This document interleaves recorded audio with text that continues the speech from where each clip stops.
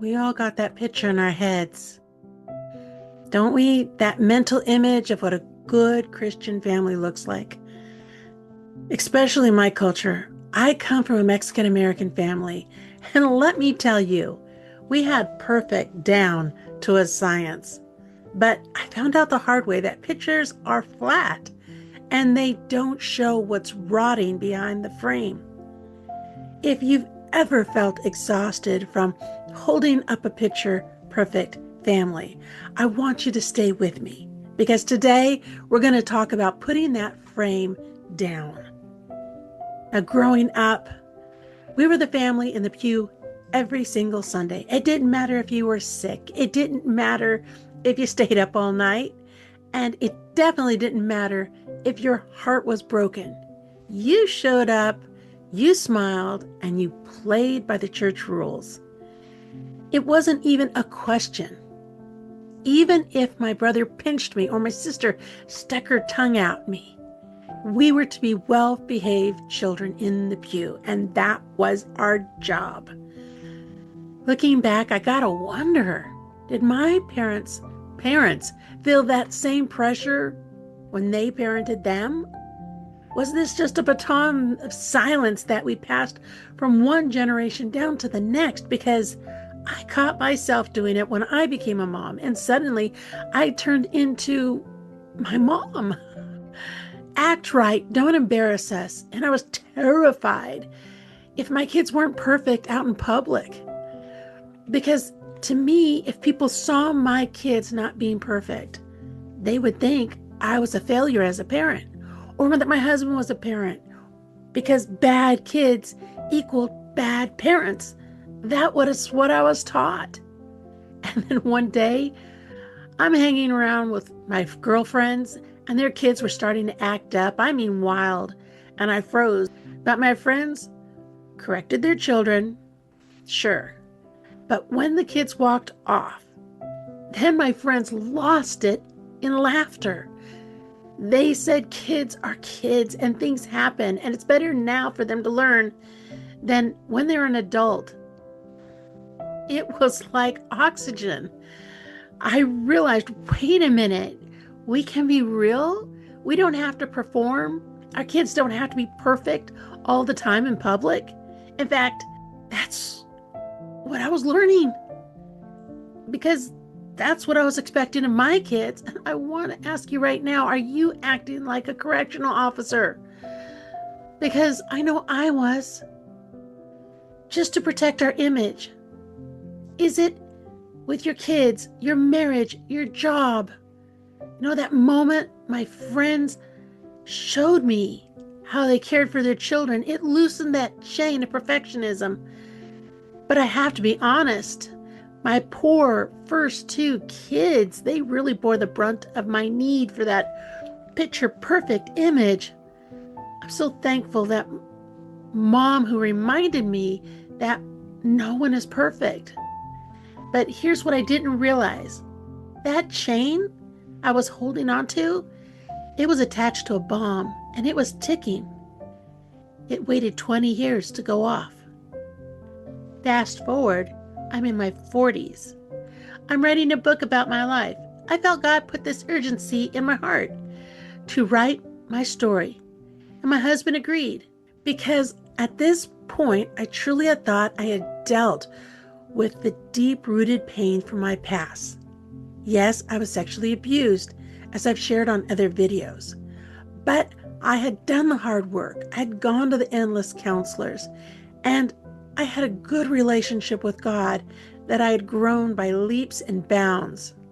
I really felt like God had healed my broken heart, and my goal was simple. I wanted to share with others who had been abused how to find that same hope and healing in God. But I had to fact check a little detail with one of my siblings while I was working on the end of the book. Just a quick phone call, and on that call, my sibling dropped a truth bomb that blew the doors off my memory. You see, for years, all I remembered was a pitch black room. I never saw the face of my abuser. I just knew the fear, and the physical pain. But when my siblings spoke the truth to me, the blinders just fell off. The pieces clicked, and I realized the abuser wasn't a stranger, as a little child referred to as the shadow man, because it always seemed at times he had a shadow. It was abusers, plural, and they were from my perfect family.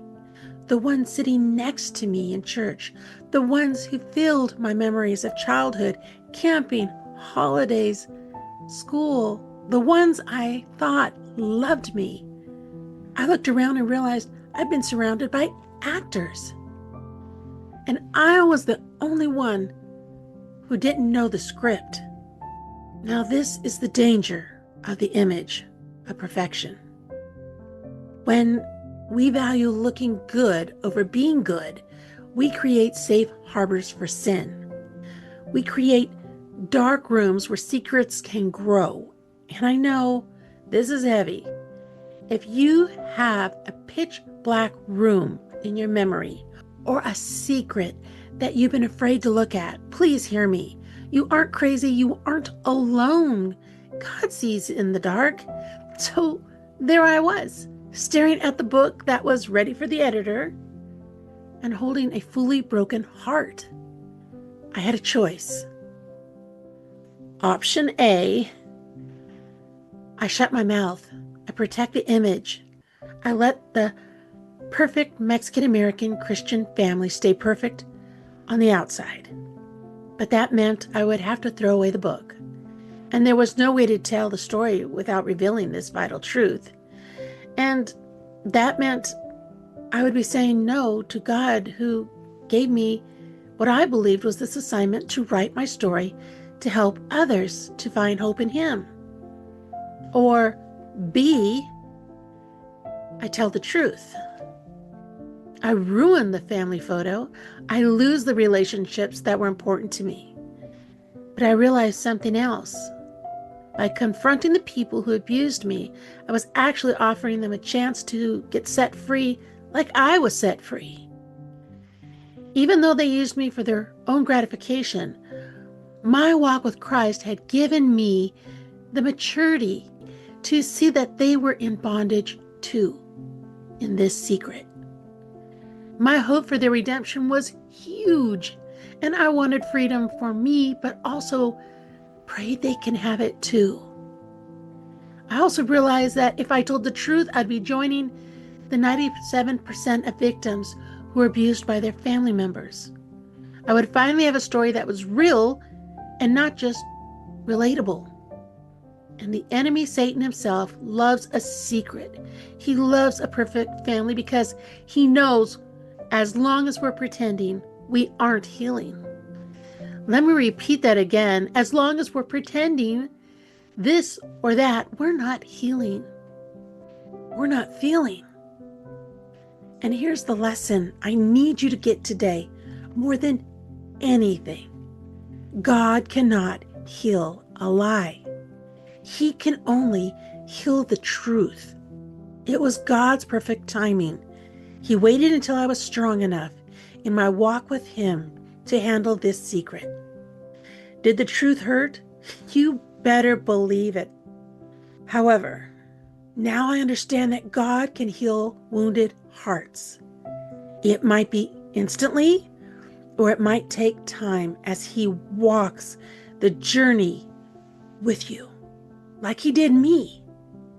But I still had to choose. I had to choose to ruin the picture. And was it hard? Yes. Did I lose people painfully? Yes. But I gained my freedom. And as for the abusers, the outcome wasn't a fairy tale. One of them was set free from the secret. One of them chose to break the relationship with me, which was incredibly hurtful. And the third died before he could ever experience that freedom. In the end, I made an adult decision to speak the truth, and they made their own adult decision on how to respond. We each have to live with the choices we make. If you're watching this, and you're holding up that heavy frame of perfectionism, terrified that if you drop it, everything will shatter. I know how much your arm must hurt. And I know just put it down sounds impossible. You might be thinking, Annette, if I stop pretending, I lose everyone. So let's not try to fix it all today. Let's just take a baby step. Jesus says in Matthew 11:28, "Come to me, all you who are weary and burdened, and I will give you rest." Notice he didn't say, "Come to me when you look perfect." He said, "Come to me when you're weary." So step one, be real with God and stop polishing the frame in your prayer closet. Tell him, "Lord, I'm tired of pretending. I am angry. I hurt." And Psalms 34:18 promises us that the Lord is close to the brokenhearted. He isn't repelled by our mess. He's drawn to it. So step two, find just one safe person. You don't have to announce the truth to the whole world or confront your family tomorrow. James 5:16 says to confess your sins to each other and pray for each other so that you can be healed. Find a counselor, a pastor, or a friend who doesn't require you to perform. Practice dropping the frame with just one person, and finally remember this: that heavy frame you're holding, that's a yoke of slavery. But the truth, that is the path to abundant life. Jesus promised. It is scary to be seen, but it is also exhausting to be hidden. I'm awake now to joy. But I had to walk through the dark to find it. And God didn't leave me in the darkness, and he won't leave you either. If you know somebody who needs to watch this video, please share it with them. I'm Annette, and I'll see you the next time. And remember, because he lives, it does change everything.